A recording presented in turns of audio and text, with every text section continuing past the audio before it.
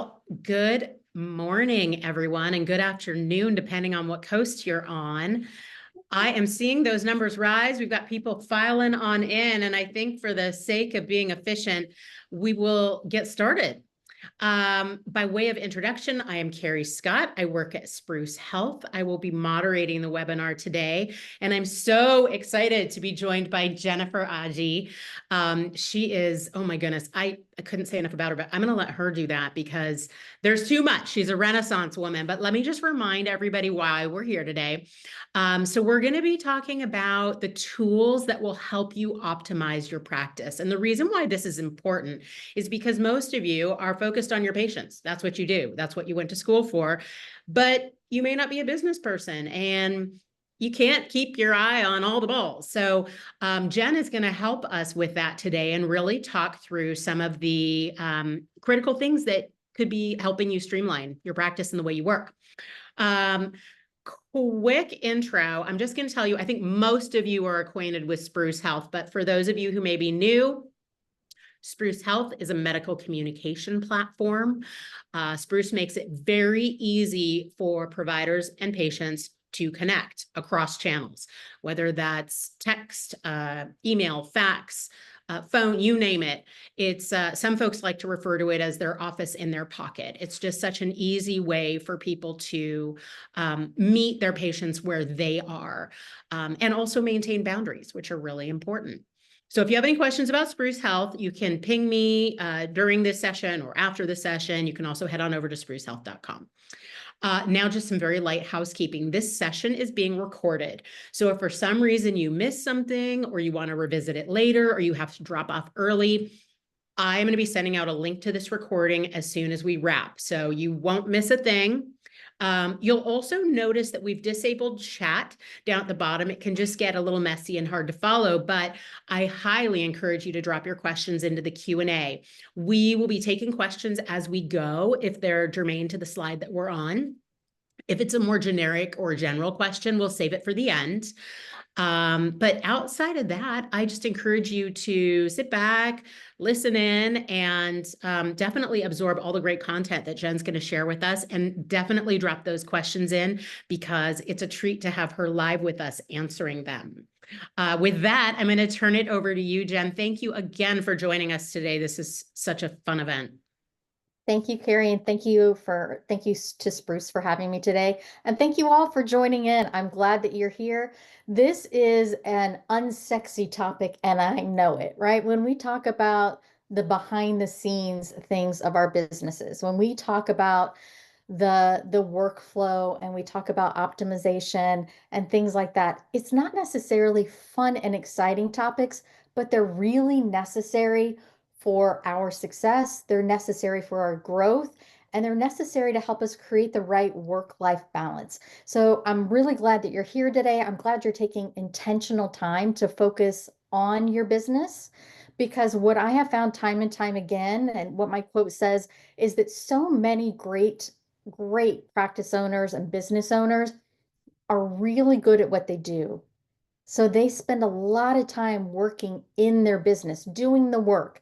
For mental health therapists, that's our butt in the seat, working with clients. For doctors, that may be going from patient room to patient room. And it doesn't leave a lot of time for us to work on our businesses. A lot of us as business owners have great ideas in mind. We have vision, we have dreams that we have for our businesses. And when we fail to take the time to work on our business and we just get busy working in our business, what happens is those visions and those dreams go nowhere. I don't know if you can relate, but year after year, I've had ideas that just don't become realized because I haven't taken the intentional time to work on them. I do have a hack for that, and I'll insert that really quickly before we get in, because I am a very practical girly, as you're going to find out as we go through this training. I actually started a spreadsheet called Ideas. If you're an entrepreneur, I'm entrepreneurial. So if you're an entrepreneur like me, what you may find is you have a ton of ideas for your business, but not all ideas are for now. So you can actually start an Excel spreadsheet. I call mine Ideas, I know it's original, but I call mine ideas. And in that spreadsheet, each of my ideas has a tab. And within that tab, I brain dump all the things that go into each of those different and separate ideas. What I found is when I do that, when I have time, when I have energy, when I have the financial resources to do something different or to grow, it is really easy to step into that because I've actually been doing the work in many spurts all along the way. So if that is a helpful thing for you, my gift from me to you, start a nerdy little spreadsheet or a Google sheet called ideas and just get them out. You don't want them to all get stuck in there. You want to get them out. A little bit about me. My name is Jennifer Agee. I'm in the greater Kansas City area. I have always had a career that was a mix of mental health and business. I found that because I did so much business as being the executive director of two different nonprofits, when I got into private practice, what I found is a lot of the things that were difficult for a lot of private practice owners and small business owners, I was really good at because I had done them for 15 years. And it's really important to me that the next generation of leaders is set up well for success. Um, I am extremely mission driven, but strategic in how I think about things. I like to take people's big ideas, lasso them up, and create a plan so that they're all in there, but we set them up to fall like dominoes so that things can flow and we're not fighting against the current. We can create a system where one's going to build naturally on top of the other so that you can get where you're wanting to go in the least stressful way as humanly possible, because growth and change are inherently a little bit stressful. As I mentioned, extremely entrepreneurial. I currently run 3 businesses, and that's kind of my norm. I usually have a popcorn of them at any given point in time because life is short and I got a lot of things that I want to try out while I'm here on planet Earth. I also host online and destination international continuing education retreats for entrepreneurs, for mental health professionals, and do strategic business coaching, both individually and in a mastermind. All right, that's enough about me. Let's get on to you and your business.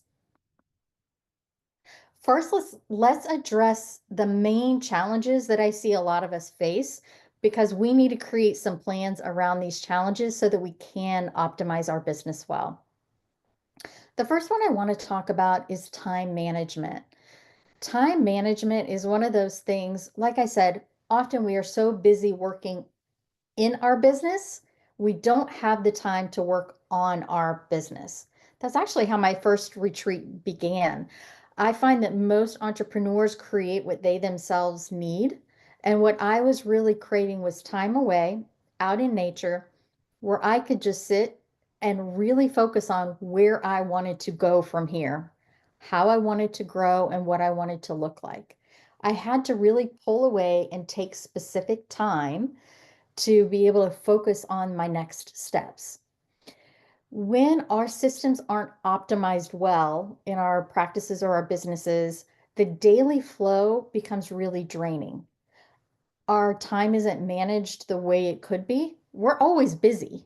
That's not what I'm saying. You can be very busy without having your time work well for you and to optimize your vision, your business goals, and your growth. So time management is one of the areas that we're going to talk about. Burnout. Again, if we feel like we're a rat on the wheel and we're just going, going, going, going, going, what we find is we don't have the energy at the end of the day for all of the things that would actually give us back our energy, right? Think about it. When you are in a season of burnout, we don't have time. I'm not going to say we don't have time. We don't have the energy to want to go work out. We don't have the energy to want to network for our business. We don't have the energy to want to meet with a company who might be able to partner with us and help things work a little bit better or flow a little bit better. We're just drained. So managing that burnout energy is really key to the optimization of our businesses. And then of course, strategy. I mean, very clearly I have a strategy bias here. That's a part of what the topic is here today. I do firmly believe that a good strategy is going to get you where you want to go in the least stressful way as possible. I absolutely think there's times to just go for it. But a lot of times, if you can go for it with a little forethought, you can get there and in a more efficient way. You're not going to have to learn as many painful or expensive lessons along the way. And it's going to help set you up for good long-term growth and success because strategy is always looking in the future.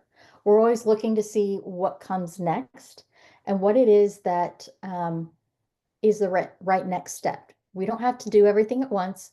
We just need to understand the bigger picture plan and what's the next right step in that plan. All right. Now, in this training, you're going to do the work. I have found that I have gone to so many trainings over the years, and I leave and I say, I really need to do that thing that they mentioned. That would be so good if I just sat down and did it.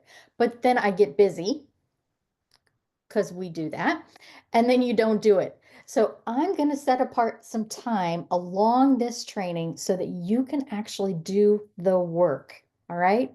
So this is the first exercise that I want you to do. We need to clarify what's going on so that we can talk about strategy and optimization. So exercise 1, I want you to take a piece of paper if you have it, or if not, open up a Word doc or a Google Doc. And I want you to divide that into 2 parts. What's working or energizing, what is not working, what's draining.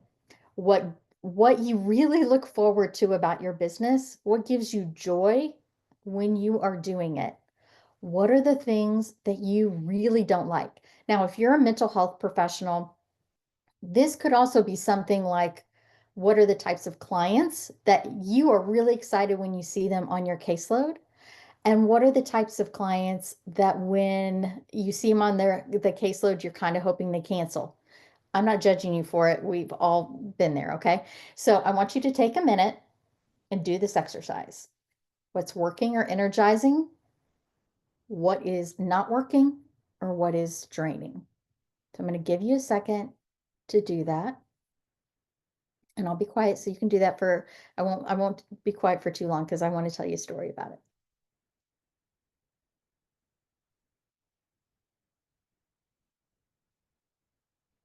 Okay.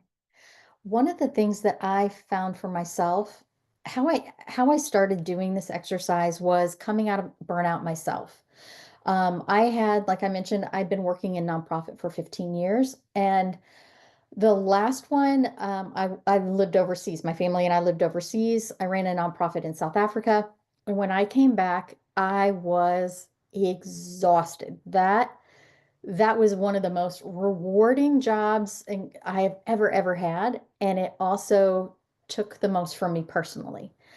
So when I came back to the States, I was headhunted by some other nonprofits. And every time I got the offer, I just couldn't say yes. I said no. Because my truth was, I didn't want to be in charge of anybody. I was burned out. I didn't need a team. I didn't want all the responsibility. I think I really needed time to heal. And so I opened my private practice. I said, it's just going to be me. I'm going to focus on that. And that's what I did.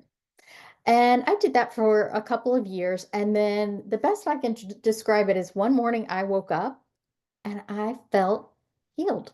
I just felt like my energy had come back. My entrepreneurial spirit had come back.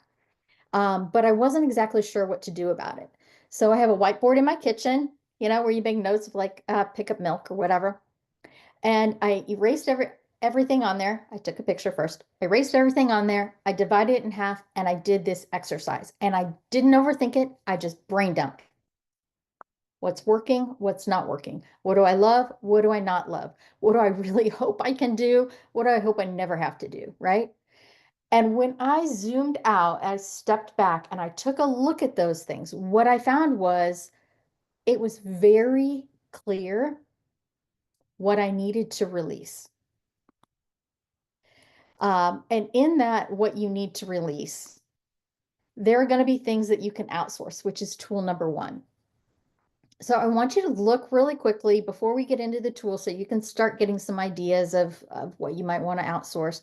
But I want you to take a look at that, and I want you to see on that list if anything surprised you.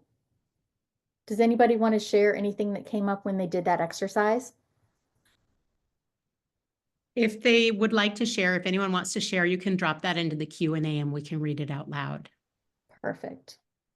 Yeah, because I know for me, there were some things that became really obvious.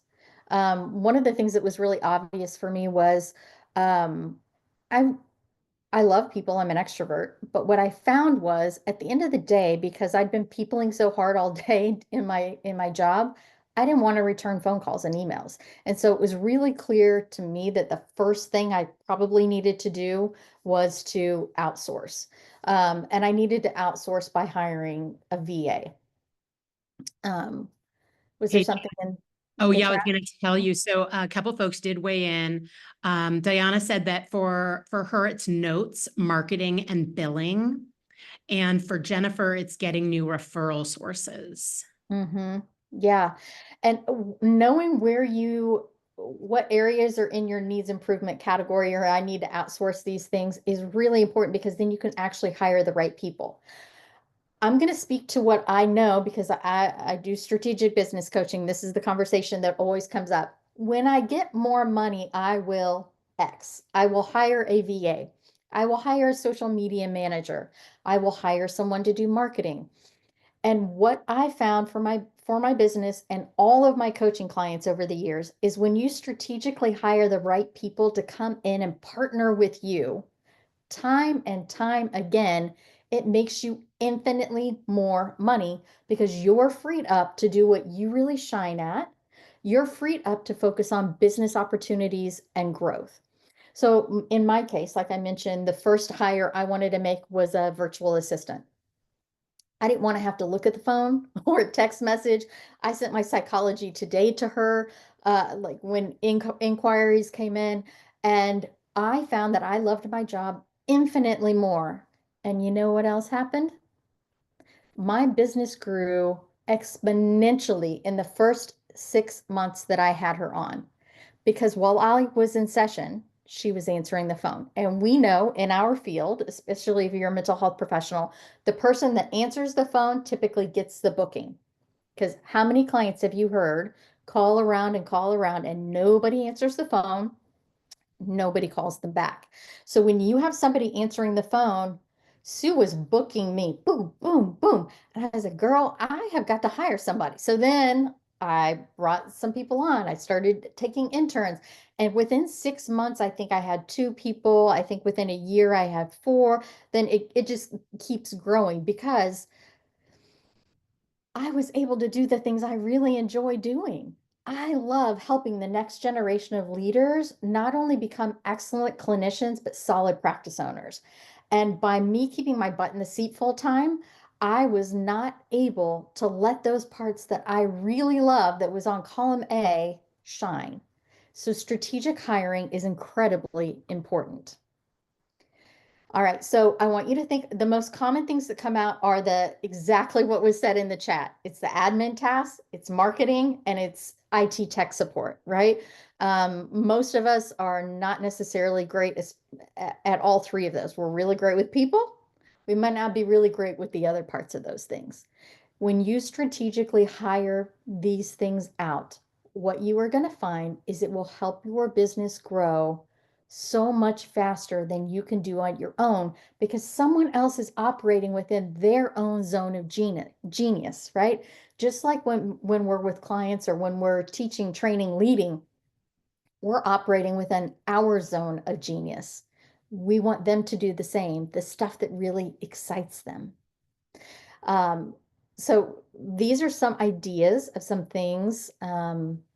And when I asked what's one task that you would happily outsource today if you could, does anybody have anything else that they would like to share about that? Mine was definitely the VA. Now I have someone for social media. And although I love being on social media myself personally, as soon as you make it a task, my inner resistance comes up and I just don't want to have to. Yeah, Jessica just weighed in and said bookkeeping, accounting. Heck yeah. I'm telling you, Jessica, I have saved so much money by finding the right CPA and financial planner. They converted me to an S corp, and that's not right for everybody, but for me, oh my word, that has saved me a ton of money.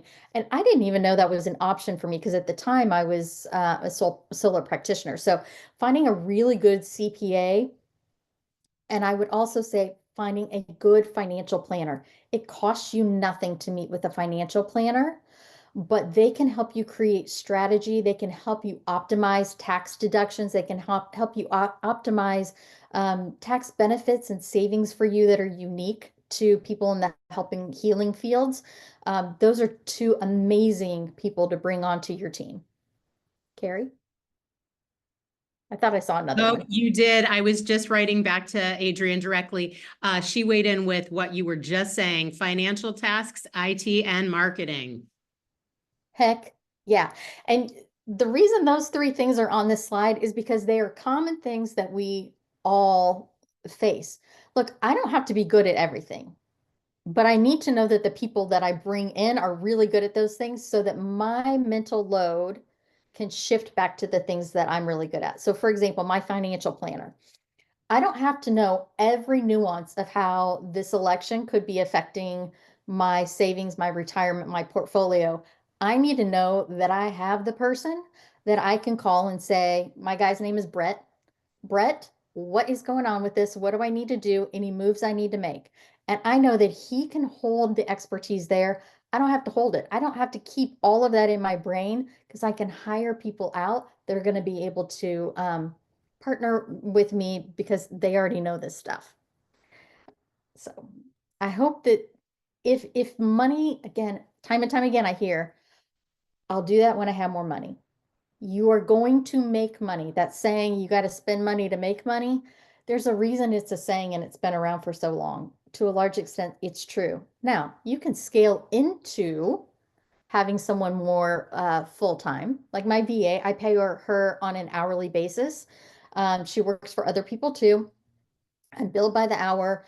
So I don't have a full-time commitment there. You can do this in a lot of different ways. Again, that goes back to strategy, but instead of knowing yourself, let's get creative in how you can say yes, yes, yes to yourself and bringing on the help and support that you need. Tool two is strategic business coaching. I myself hire a business coach every time I am wanting to scale into something that is outside of my typical area, right? So, for example, when I wanted to grow into hosting webinars and things like that. I brought someone on who knew the back end of Zoom, who knew how to schedule, sort all that stuff. I paid them for an hour of their time. They helped me set everything and organize everything really easily. When I needed to start growing an email listserv, I hired someone who understood Kartra. I chose Kartra as my platform. I hired someone who knew how to do that because they help life hack me into 6 months forward of lessons learned. So I can pay them for a few hours of their time and I can get downloaded and set up for success right away instead of dragging it out for 6 months or a year and sometimes longer than putting it off permanently because I just get really frustrated and intimidated with where to start. So this is one of those areas that I have found with my business that when I spend a little money investing in people who are experts in a specific area, they get me there a lot faster than I can get there on my own. Here's a few reasons why that specifically can matter. So different coaches do different things. I specifically focus on strategic business coaching. So again, I like the big ideas. I like to line stuff up like dominoes. And if there are parts of those dominoes that I am not good at, I know a lot of coaches. I'll connect you with someone that's really good at that piece or that part. Um, because knowing what you need is going to help make sure that you get the right kind of coach and the right kind of help.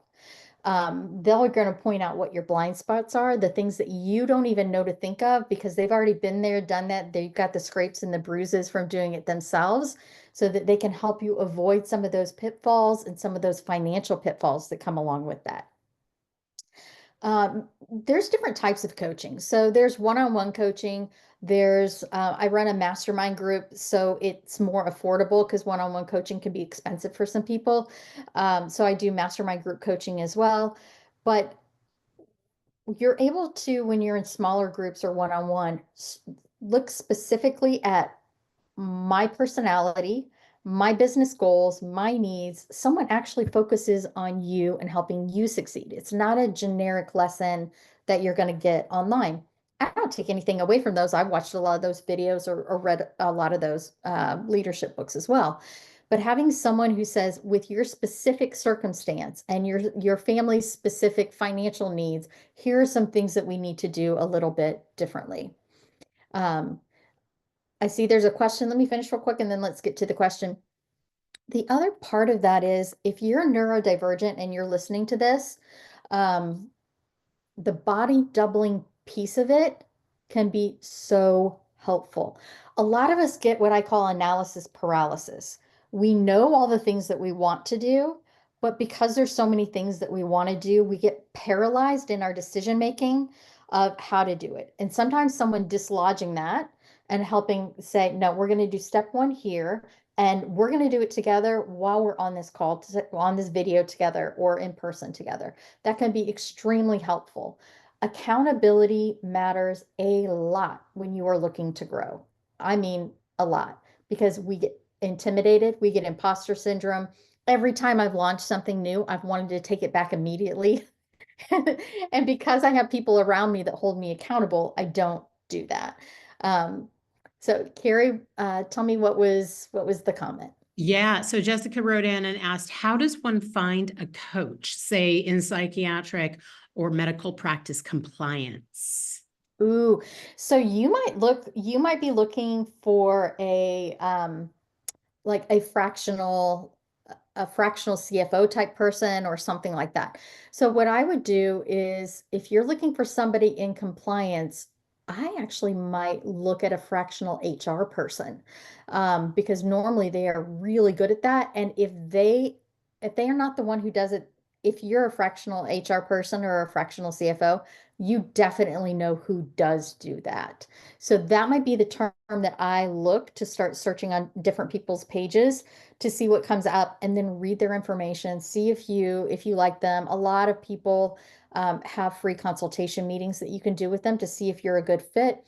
But that's what I would look for in the compliance department for sure. Any other questions coming up or ideas or thoughts? Or if you've hired a coach before, what was your biggest takeaway? Yeah, well, Jessica just thanked you for your answer. And I imagine as people think on this, they'll drop their thoughts into the Q&A and I will share them. Absolutely. Sounds like a plan.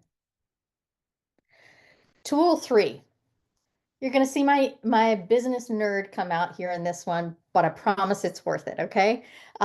If you've not heard of SWOT or the SWOT exercise, it stands for strengths, weaknesses, opportunities, and threats. And I'm going to give you some examples, and you're going to do a SWOT on yourself and your business, not on yourself. You're going to do a SWOT on your business, and I'm going to lead you through that. If you have a larger company, oftentimes people will pay me to come in and do that with them and for them and for the larger group and team. But if you are a solo practitioner or a small business owner, this is something that you can probably do on your own, and I'm going to show you how you can do that. Carrie? Yeah, thanks for noticing, Jen. So Jennifer just wrote in and said, what should we expect strategic business coaching to cost? Sure. I think that can vary wildly. So it's on my website. I don't hide numbers and figures, okay? Because I hate personally, I know you're not supposed to say I strongly dislike when I go to a website and I can't immediately see how much it's going to cost me. That will become a no for me immediately, and my inner rebel kicks in, and I'm like, no, I feel like I'm going to get taken advantage of. I'm Gen X and I hear that's like a common issue with us. But anyway, so for me, it's $250 for a one-on-one. And then I have a mastermind that is 6 weeks and it's $450 and also includes a private Facebook group for that group during the 6 weeks so that we have check-ins throughout the week as well. So that's my personal range, but it can go up to tens of thousands of dollars. You have to find the right fit, but I have found that somewhere between like the 185 to 250, 500 is kind of the max that you typically see for an hourly one. It just really depends on what you're looking for and finding the right fit, but those are my numbers. Excellent. Thanks for your transparency. Mhm. Diana wrote in and said, any suggestions on people who are multi-passionate? I often struggle to pick just one thing as I have so many ideas for services to offer.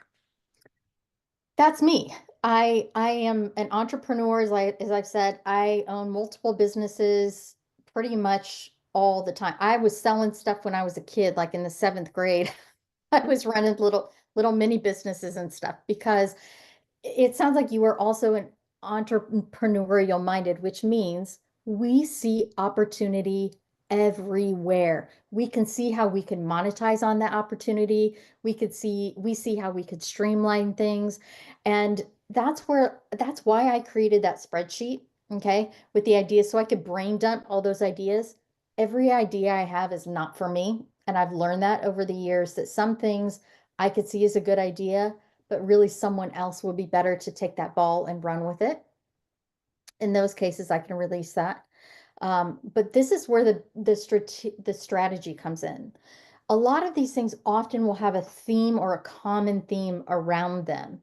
And then we need to create a system so that we can build into the bigger and bigger visions of what those ideas are. Again, most of us operate, we have lots of ideas, but we operate kind of within a value circle at the very least. And because of that, there's going to be some strategy in terms of what makes the most common sense in order for us to get where we want to go with some of the bigger ideas. So for example, I run a training on how to host retreats because I host retreats all around the world, right? Very successful ones.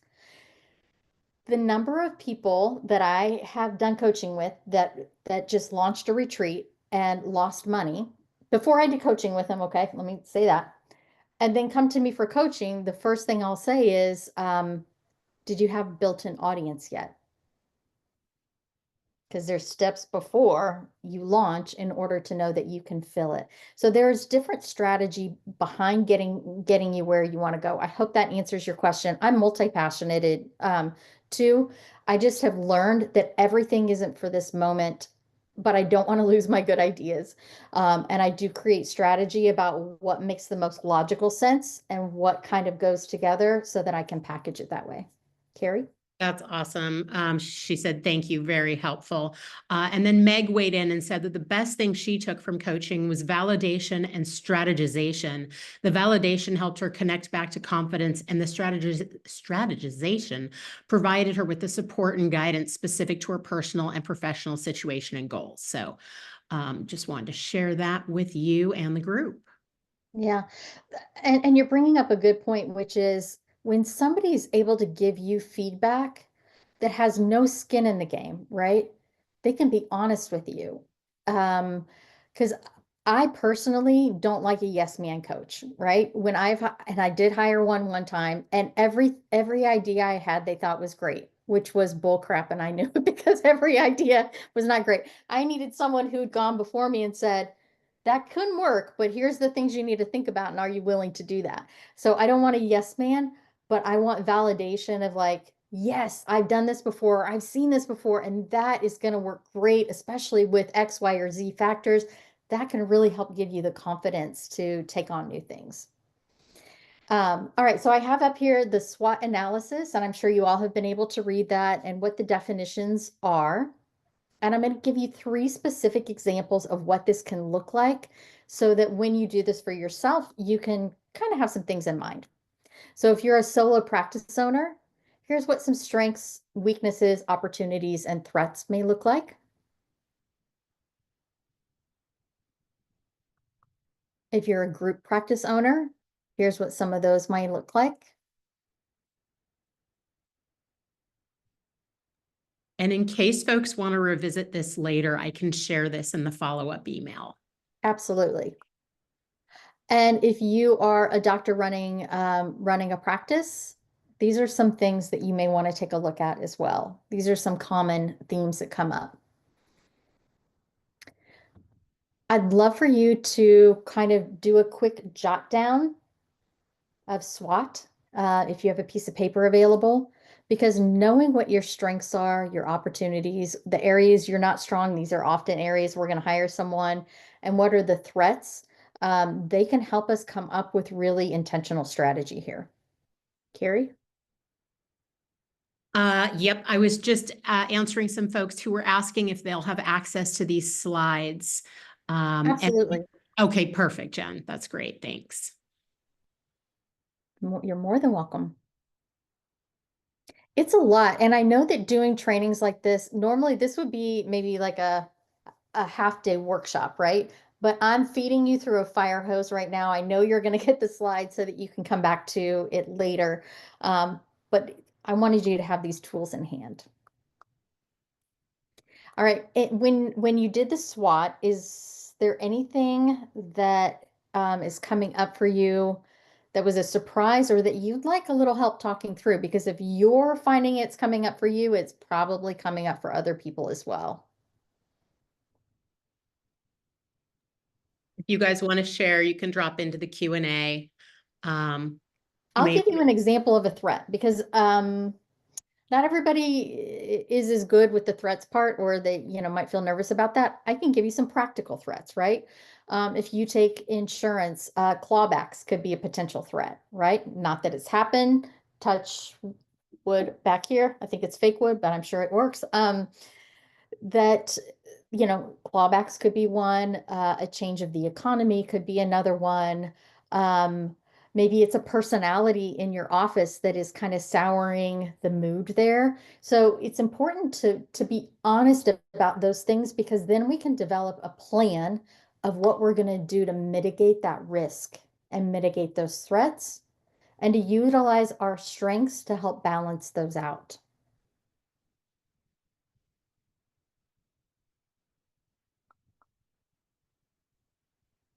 Go ahead. Oh, thank you. You are on top of it. So Danielle's saying that for her, it's financial stability versus providing, quote, fair prices for clients, which I'll let you speak to, and then I'll tell you the other one. Sure. This is where I think that the financial stability piece of it, this is where I would put some strategy in play, because a lot of us are diversifying our income in different ways, but utilizing our same skill set. So for example, can I diversify and take things that I tell people all the time and create a workshop? Could I create an online course? Could I repackage the stuff that falls out of my mouth all day, every day, right? We all know that there are certain themes that kind of come up, and we already have a base of knowledge there. How can I restructure what I'm currently doing so that I can monetize that doesn't require my physical presence at all times in order to have money coming in? And I really noticed this post-COVID, right? We all came through COVID burned out. And I honestly think it took like at least 2 years before people really came out of the burnout fully, because we were pretty far down, most of us were. And I noticed a huge trend during that time where everybody was looking to do something different. Not only did our brains need it, our pocketbooks needed it. We were looking to, we'd found a more balance, a lot of people, from working from home and being in the office, and we don't want to give that up. And so those are some ways that I would maybe think about that. Okay, excellent.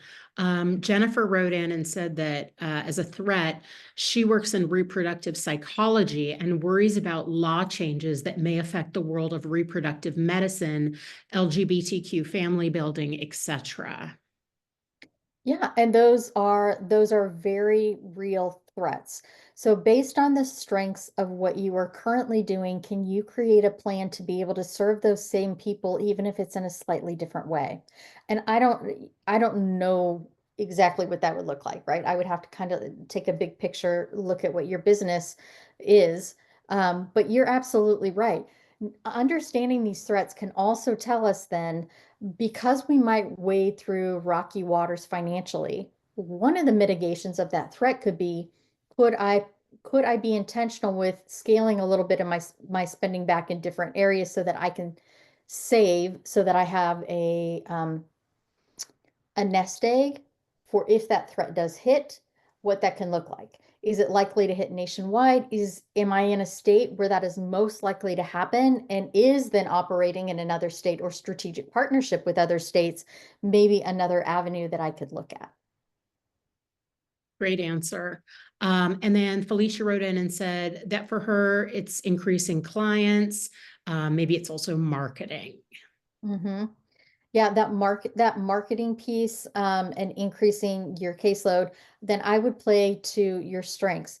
So in increasing your client load, it one of the reasons I'm gonna kind of personalize this to help give an example. One of the reasons that my group practice takes insurance is because I don't want to spend my time and energy on a lot of that stuff. I'm just being very honest, right? I'm very entrepreneurial. I have a lot of things that I want to do. And I do have a marketing person and stuff, but I don't want to spend a ton of energy. I would rather clients flow in, which is a part of why I accept insurance. So there's different things that you might be able to do to help mitigate that. And if you don't want to take insurance, that's fine. Everybody has the right to run their business however they would like to run their business. But if that is a threat, what am I willing to do in order to help mitigate that? And if that is me being intentional with coming up with a marketing plan or hiring someone, networking, start hosting happy hours or things of that nature in my area so that people can get to know me better, those things are ways to help mitigate those threats. Yeah, yeah.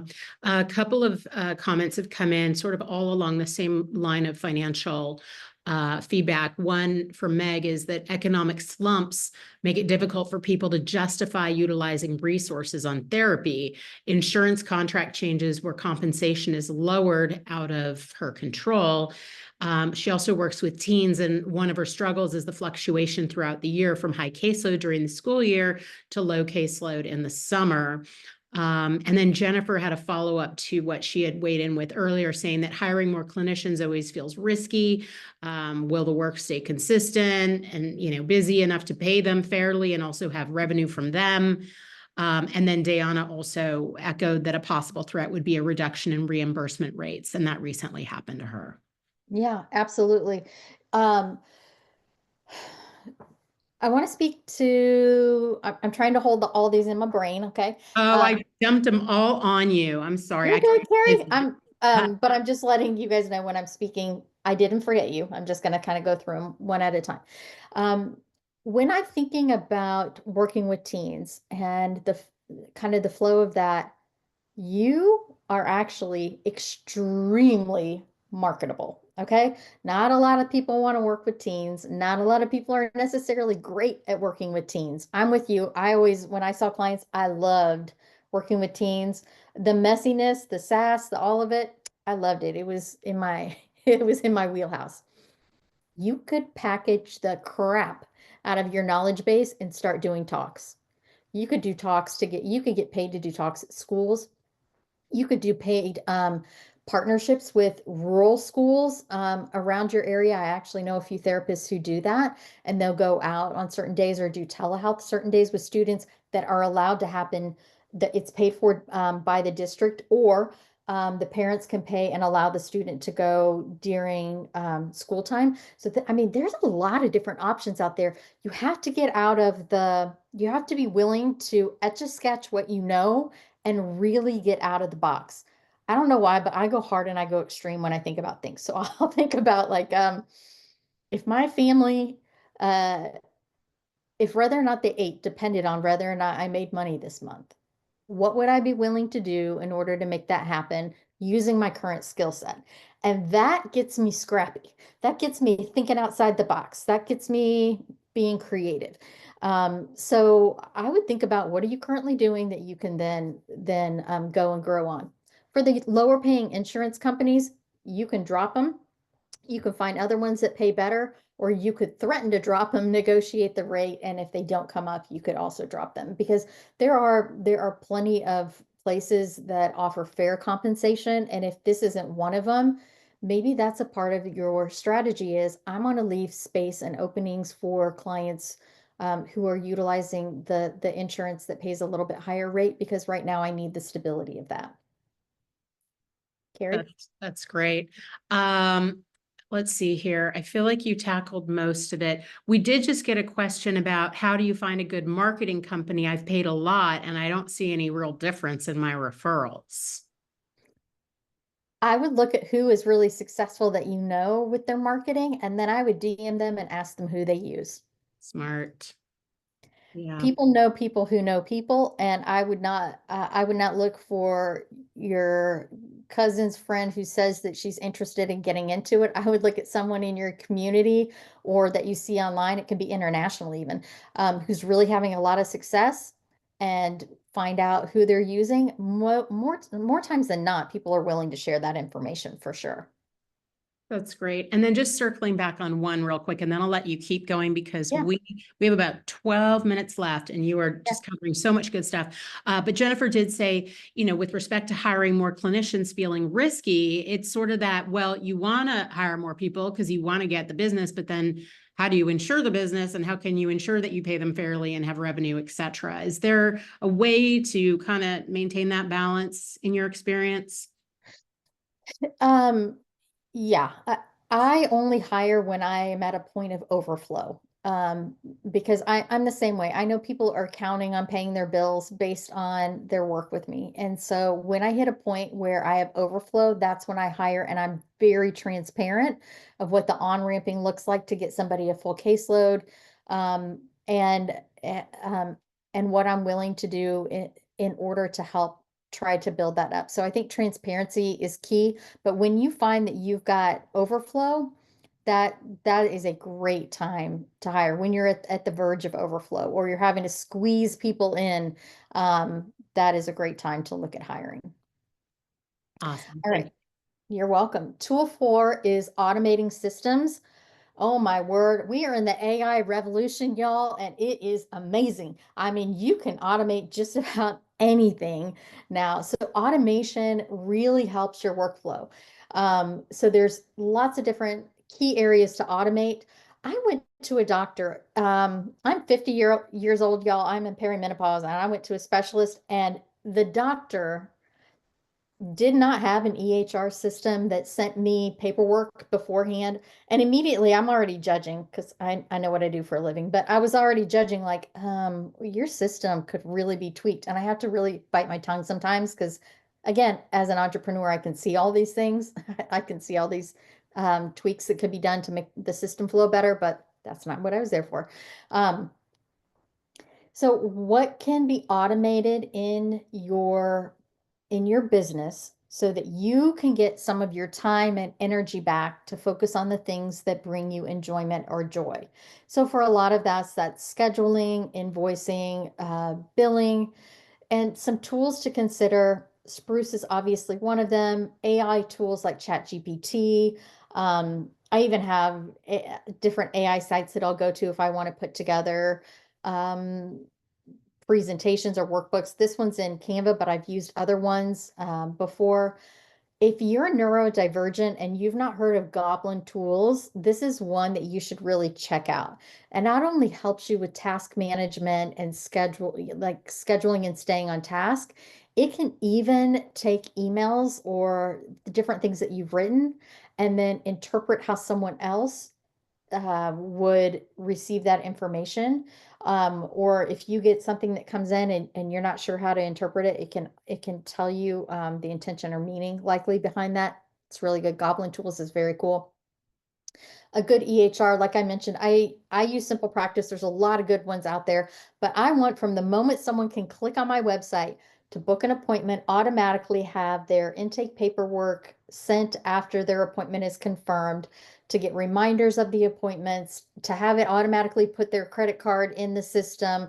I want all of these things to run behind the scenes so that I don't have to carry the mental load of remembering to do it all. For my business growth and email listserv, Kartra, Kajabi, Google Workspace, and Drive, if you are partnering with people for different tasks. MailChimp, if you're at the beginning of building up your email list, that can be good because it's free, I think under 500 people. Calendly, so people can book for you for your other services really easily. Syllabi.io is really good for marketing. It's an AI tool, but it does faceless videos and different things like that. Hootsuite can schedule out your social media posts if you want to batch content.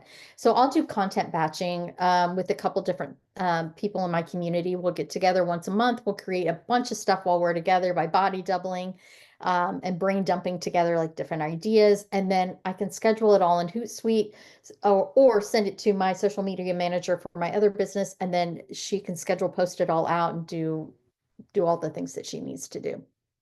That's awesome. Jen, we did just get a question. Mhm. How can we make sure that we're staying fully HIPAA compliant when we're using automated tools? I know some are built for this, but many are not. And I know I can just clearly give a little plug there. Spruce obviously is HIPAA compliant, but this person makes a great point. Not every tool is. So, Jen, what do you think on that? Yeah, if they are not specifically designed to be HIPAA compliant, I would see if you can sign what's called a BAA agreement with them, a business associates agreement. So like Google, I have a BAA with my Google because I use Google Voice. Sorry, it's Bruce. But so that you can sign a BAA agreement with some to be able to do that. A lot of these things that I've listed, you don't need HIPAA for because they're for parts of your business that don't require HIPAA compliance. So for example, my Kartra, if somebody signs up for the masterclass, right? That doesn't have to be HIPAA compliant. I mean, it's completely on an encrypted software, but it's not guaranteed HIPAA compliance. Like I'm creating my email listserv. I'm uploading my videos in there for training, but you are not a patient of mine. So it's a little bit different. But if you haven't heard of a BAA, a business associates agreement, most of these software places, they know about HIPAA, obviously, and would be willing to sign a BAA agreement with you. One thing I will share too, we just had a webinar on the do's and don'ts of communication with clients as it relates to HIPAA compliance. If you head over to the Spruce Health blog, you can listen to that recording and dig in on the BAA is a big one that's covered there. That's awesome. Great, great resource for sure. All right, tool 5 is communicating well with your team. This is incredibly important because you can have all the great vision in the world, but if the people around you don't clearly know what it is, if you haven't clearly articulated what that is, and what their role is in helping the company get there, a lot of great ideas are just not going to be as successful. You have to communicate very clearly and articulately with the people around you where you're wanting to go. Set your intention, set the vision, and let people know their role in being a part of what's going to make that be successful. Think about the best bosses you've ever had. They probably communicated really well with you.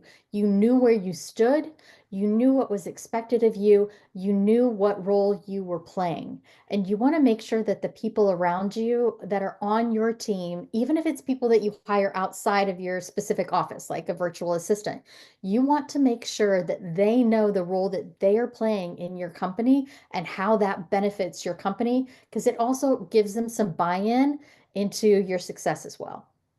So communication matters a ton here. Doing regular check-ins, making sure there's clarity of vision. So if you have ever had a really great boss, or you think that your business does this really well, what is one tip or trick, because we don't gatekeep here, what is one tip or trick that you wish other people could know about? You're welcome to drop it in the Q&A, and Kiri can share it with us. And while you guys might be typing that up, I want you to have an action plan. We're almost out of time here, and so I want to get to this. Your action plan matters a lot. Don't take this training and then walk away with nothing being changed or being put in motion. I want you to get clear on what your next steps are, where you want to go, and what you need to get there. And if you don't know what that is, because you're feeling a little lost in the weeds or overwhelmed, hire somebody that's going to help you figure that out to get there a lot quicker and in a less painful manner. So get clear on what your vision is and what your needs are. Choose the top 3 things. And actually, I'd love for you to write it on your paper right now. Write down the top 3 things based on our conversation here today that you want to take away and put into place or take action on. And I want you to write down and circle the name of the person that you want to hold you accountable to that. All right, if you want to connect with me, there's a QR code. You can certainly scan that. It's got links to everything I do. I do have a new mastermind group that's starting in January. If you would like to join that, I'm just launching that now. So that group starts in January. I do online and destination continuing education, speaking, strategic business coaching, all the stuff I mentioned. But this is a great way to connect with me. I'd love to know your thoughts or any last minute questions that you might have that I can maybe help with. This is so great. Let me see what just came in. Dayana said that something that's been very helpful as a fellow neurodivergent is that she blocks time off on her calendar to complete tasks and lists out her to-dos. She'll do it at the start of the week when she has some energy, which sounds smart. Absolutely. You have to rank order what the priority is, because when you are busy and just kind of in the weeds of your day, everything feels like a priority and it can feel really overwhelming. That's so true. Jennifer says, super helpful, motivating. She is going to see you in Spain in September, and she'll Awesome. keep up with her 3 priorities in the meantime. Felicia said, connecting with insurance opportunities, accountability, Sarah. Mhm. And then Jessica said, oh my gosh, yes, time blocking is a lifesaver. And Danielle said, as a private practice counselor, I feel like I have permission to outsource, and there's definitely a sense of relief that comes with that. Thank you. For sure. You will never regret it. Yeah, this is so great. Dorothy said, doesn't have a question, but this has been so helpful. I will say, Jen, that everybody stayed on the entire time, and that is always a great sign that you delivered some really useful content. And so I am so thankful for you and for this time that we shared together. We are just right up on the hour. And so just again to remind folks, I will be sending out, here, let me show you my face one last time. I will be sending out a link to the recording. I'll also include a link to Jen's deck so that you can look at those slides again and remind yourself of what we went through. And if you all have any questions or you want to reach out to Jen, be sure to connect with her. She is a wealth of information.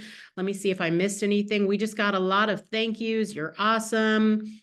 Everybody You are is, very welcome. Jen, you got a lot of great feedback here. Jennifer's the You're very best. welcome. I am super passionate about helping people succeed because, especially as helpers and healers, a lot of times we put ourselves last, and it's okay to want to have a good life for yourself. It's okay to want savings. It's okay to want to have a good life balance, and I'm here to help you succeed.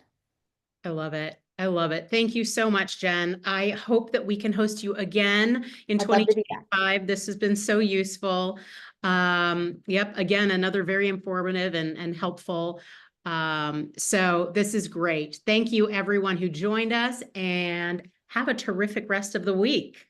Bye, everyone. Bye now.